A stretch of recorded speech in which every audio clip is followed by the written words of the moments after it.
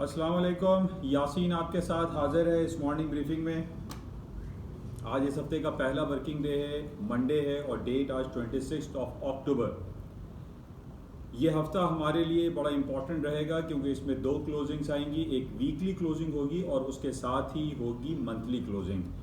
जैसे कि ऑलवेज मैं आपसे ये जिक्र करता रहता हूँ कि टेक्निकल ग्राउंड पे मार्केट में इनकी बड़ी इंपॉर्टेंस होती है। Weekly closing, monthly, quarterly, half yearly, yearly, technical ground पे इसकी बड़ी इंपॉर्टेंस होती है। तो बहरहाल ये हफ्ता स्टार्ट हो चुका है और इसको हम देखेंगे कि वीकेंड और मंथ एंड किन टेक्निकल लेवल्स पर होता है।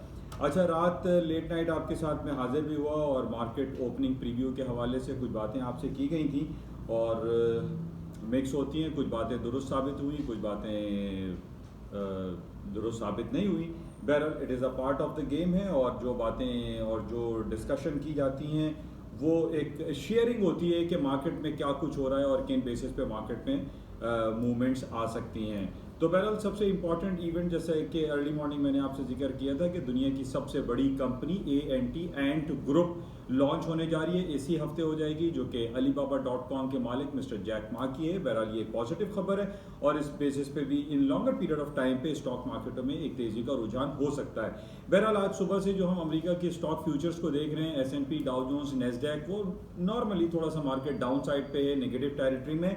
और उसकी वजह से यही बताई जा रही है कि जिस तरीके से कोविड-19 के हवाले से जो बातें हो रही हैं, जो इसके कमेंट्स आ रहे हैं, जो नंबर्स इशू हो रहे हैं वर्ल्ड हेल्थ ऑर्गेनाइजेशन की जानिब से, वो एक थोड़ा सा नेगेटिविटी उसके अंदर है और संगीन मसला दिखाई दे रहा है कि कोविड-19 के बेसिस पे माइट पॉसिबल दोबारा से लॉकडाउन और शटडाउन वाली सिचुएशन क्रिएट हो जाए। लेकिन हम ये देख रहे हैं कि apart from these all happenings, हम ये देख रहे हैं कि पूरी दुनिया में इसको अब एक्सेप्ट नहीं किया जा रहा है। यानी लॉकडाउन शटडाउन की जहां बात आती है वहां हम देखते हैं कि प्रोटेस्ट शुरू हो जाता है, लोग सड़कों पर निकल आते हैं और वो ये कहते हैं कि दिस इज द कॉन्स्पिरेसी है और लोगों को कोविड की जगह लोग भूख से मर जाएंगे और अपनी बेरोजगारी से परेशान हो जाएंगे और जो मुआशी बदहाली का सिलसिला है उस बेसिस पे लोग इसको अब एक्सेप्ट करने को तैयार नहीं। बहरहाल लेकिन इसकी वजह से भी आज हम ये देख रहे हैं कि थोड़ा सा मार्केट में नेगेटिविटी का सेंटीमेंट्स है और इसकी वजह से मार्केट डाउन साइड पे कोविड-19 के बेसिस पे। लेकिन इसके साथ ही हमारे पास ये भी खबरें आती हैं कि जनाब वैक्सीन के हवाले से बहुत अच्छी जो है वो पेशरफ्त हो रही है। तो इन बेसिस पे हम इतना ज़्यादा इसको नेगेटिव नहीं लेंगे कि जनाब इस बेसिस पे हम ये कहें, जैसे कि मैंने पहले भी आपसे कहा था कि ये चैप्टर बड़ा क्लोज हो चुका है, पुराना हो चुका है और कोविड-19 का जो एक एपिसोड है, एक ड्रामा है, ये अब इतना ज़्यादा देर चलता हुआ दिखाई नहीं दे रहा। तो बहरहाल इसको हम मजीद आज देखेंगे। आज इस हफ्ते का पहला दिन है, कुछ खबरें हमारे पास इस हवाले से आप कह लीजिए कि बल्कि जो लेट नाइट मैंने आपसे FATF के आउटकम के बारे में बातें बताई थी और इस पर मैंने आपको एक इशारा, एक इंडिकेशन दी थी कि पाकिस्तान स्टॉक एक्सचेंज आज पॉजिटिव टेरिटरी में दिखाई देती है। देखिए, हमें नेगेटिविटी को नहीं देखना चाहिए, हम उसके पॉजिटिव इफेक्ट को चेक करें और पॉजिटिव इफेक्ट FATF का ये रहा कि जनाब अल्लाह के फजलो करम से शुक्र है कि जनाब हम नेगेटिव टेरिटरी में नहीं गए, नेगेटिव लिस्ट में नहीं गए, ब्लैक लिस्ट में हम नहीं गए, हम पॉजिटिव लिस्ट में गए, हम ग्रीन लिस्ट में गए और हमें 4 महीने का मजीद टाइम दिया गया है, जो कि कहा यह जा रहा है कि ये आखिरी टाइम होगा और इसमें पाकिस्तान को भरपूर कोशिश करनी पड़ेगी कि ये 4 महीने के अंदर जो उनके तहफ़्फ़ुज़ात हैं, जो इन्वेस्टिगेशन के हवाले से, जो प्रोसिक्यूशन के हवाले से, जो FATF financial action task force ने, जो कि पेरिस बेस्ड ऑर्गेनाइजेशन ने जो जिक्र किया है, जो इजहार किया है, जो थोड़ी सी इजहार नाराजगी पाकिस्तान से की है, जिसकी वजह से उन्होंने ग्रे लिस्ट में पाकिस्तान को इंटैक्ट रखा है और ये अच्छी बात है कि ब्लैक लिस्ट में हम नहीं गए। बहरहाल 4 महीने का टाइम है, पाकिस्तान को और ज्यादा कोशिश करनी चाहिए। जिस तरीके से हम देख रहे हैं कि इमरान खान की गवर्नमेंट बहुत ज्यादा पेशरफ्त कर रही है, बहुत ज्यादा कोशिश कर रही है और पिछले महीने 16 सितंबर को एक मुश्तरका इजलास भी हुआ जिसके अंदर anti money laundering and anti terror finance के हवाले से एक बिल को मंजूर भी किया गया और इसकी बेसिस पे हम ये कह सकते हैं कि आउट ऑफ 21 जो पॉइंट्स थे वो पाकिस्तान ने एक्सेप्ट किए और उसके ऊपर काम किया। अब बहरहाल रिमेनिंग 6 पॉइंट्स हैं, उसको भी उम्मीद हम यही करते हैं कि हुकूमत पाकिस्तान इसको पूरा करेगी और हम जल्द अज जल्द एक जो ग्रे लिस्ट का हमारे ऊपर एक निशान लगा हुआ है वो रिमूव हो जाएगा इंशाल्लाह।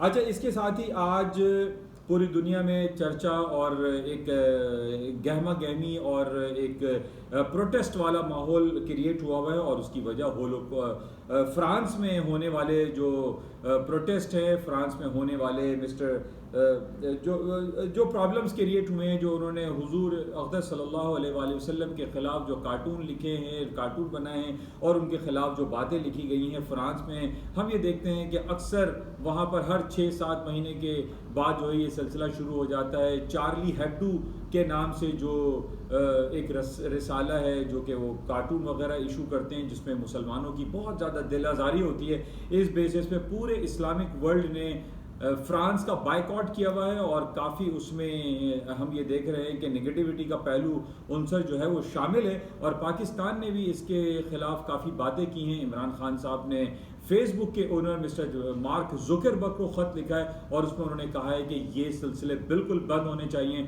और फेसबुक प्लेटफॉर्म को इस हवाले से बिल्कुल इस्तेमाल नहीं करना चाहिए। इस्लामिक जो सिलसिले हैं और जो मुसलमानों की दिल आज़ारी के हवाले से जो इश्यूज़ क्रिएट किए जाते हैं वो इस पर बिल्कुल इस प्लेटफॉर्म पर इस्तेमाल इसको ना किया जाए। बिल्कुल इसी तरीके से जैसे फेसबुक ने होलोकॉस्ट के हवाले से उसको बैन किया हुआ है, होलोकॉस्ट के हवाले से कोई भी बातें आप फेसबुक पे शेयर नहीं कर सकते। लेकिन बात यह है कि अगर इस पॉइंट को नहीं रोका गया, इस प्रोटेस्ट को या इस फ्रीडम ऑफ एक्सप्रेशन जो कि मुसलमानों की दिल आज़ारी के मुतरादिफ है, इसको अगर नहीं रोका गया तो ये बहुत ज़्यादा एक संगीन सूरत हाल इख्तियार कर सकता है। बहरहाल हमारी इस्तेदा बिल्कुल यही है फ्रांस को और दूसरे तमाम यूरोपियन कंट्रीज़ को। पिछले दिनों हमने देखा था कि डेनमार्क में भी यही सिलसिला शुरू हुआ था और बहुत ज़्यादा प्रोटेस्ट और मुसलमानों की दिल आज़ारी हुई थी। ये बिल्कुल हम इसको एक्सट्रीमली कंडेम करते हैं कि ये बिल्कुल नहीं होना चाहिए। बहरहाल इस हवाले से टर्की और फ्रांस में हम देख रहे हैं कि बहुत ज़्यादा चपकलिश शुरू हुई है और जनाब टर्की के जो प्रेसिडेंट है मिस्टर अर्दोगान, उन्होंने मेंटली इल करार दे दिया है मैक्रोन को और कहा है कि ही इज़ लाइक अ पागलपन है उनके अंदर, वो पागल हैं। इसके खिलाफ फ्रांस वालों ने बहुत ज़्यादा प्रोटेस्ट किया है। तो ये बहुत ज़्यादा प्रोटेस्ट हम देखते हैं कि अरब कंट्रीज़ में, मुस्लिम वर्ल्ड में बहुत ज़्यादा एक जो है वो दिल आज़ारी हुई है और ये बिल्कुल नहीं होनी चाहिए। अच्छा, बात हम कर लेते हैं गोल्ड की। गोल्ड के हवाले से मैंने आपसे जिक्र किया था कि 1895 is a very important supporting level था। बहरहाल आज हम जो टेक्निकल फिश फॉर्मेशन एक बनी हुई थी, ट्रायंगल फॉर्मेशन जिसको हम कहते हैं, उससे मार्केट डाउन साइड पे खड़ी हुई है। तो इंडिकेशन जो हमारे पास आ रही हैं वो स्लाइटली डाउन हो रही हैं कि आज गोल्ड की कीमतें डाउन हो सकती हैं। तो बहरहाल आप 1905 के ऊपर के स्टॉप्स लगा के आप शॉर्ट सेलिंग चांस आज ले सकते हैं। लेकिन लॉन्गर पीरियड ऑफ टाइम में, जैसे कि मैंने आपसे पहले भी कहा था कि पूरी दुनिया के इंटरेस्ट रेट को नेगेटिव रखा हुआ है या वह जीरो पे रखा हुआ है या नियर जीरो रखा हुआ है, जिसकी बेसिस पे हम ये नहीं कह सकते कि गोल्ड की कीमतें बहुत ज़्यादा नीचे जाएंगी। गोल्ड आज टेक्निकल ग्राउंड पे आर्ली या डेली चार्ट पे for the certain period of time के लिए थोड़ा सा डाउन साइड मूव आ रही है। तो मे बी गोल्ड की कीमतें आज थोड़ा 20-25 पॉइंट $10 मार्केट माइट पॉसिबल नीचे की तरफ आ जाए। लेकिन आपके पास अगर आप सेल करते हैं तो आपका 1905 के ऊपर के स्टॉप्स प्लेस रहने चाहिए। अच्छा, इसके अलावा ऑयल की हम बात कर लेते हैं। ऑयल में आपसे जिक्र करता चला आ रहा हूँ कि जनाब सऊदी अरब के ऊपर बहुत प्रेशर है। जब तक वो इसराइल को एक्सेप्ट नहीं करेगा ऑयल की कीमतें ऊपर नहीं जाएंगी, चाहे ओपेक हो, ओपेक प्लस हो, रशिया हो, सऊदी अरब हो, ईरान हो, जो भी है वो कमेंट्स पास कर दें कि जनाब वो ओपेक में प्रोडक्शन को कट करेंगे तो तेल ऊपर चला जाएगा। ये बिल्कुल एक नॉट पॉसिबल वाली सिचुएशन दिखाई देती है। और इसमें सिर्फ यही है कि अगर अब्राहम एकॉर्ड पर सऊदी अरब सिग्नेचर कर देता है और वो इसराइल की इंटीग्रिटी को, इसराइल को एज अ मुल्क तस्लीम कर लेता है, तो तेल की कीमतें ऊपर की तरफ चली जाएंगी। बहरहाल ये इंपॉर्टेंट पॉइंट थे, कुछ आपके साथ शेयर की गई। इंशाल्लाह आज देखते हैं, पहला दिन है, मंडे है, मार्केट किन लेवल्स पे ट्रेड होती हैं और आज सारा दिन क्या मजीद खबरें रहेंगी।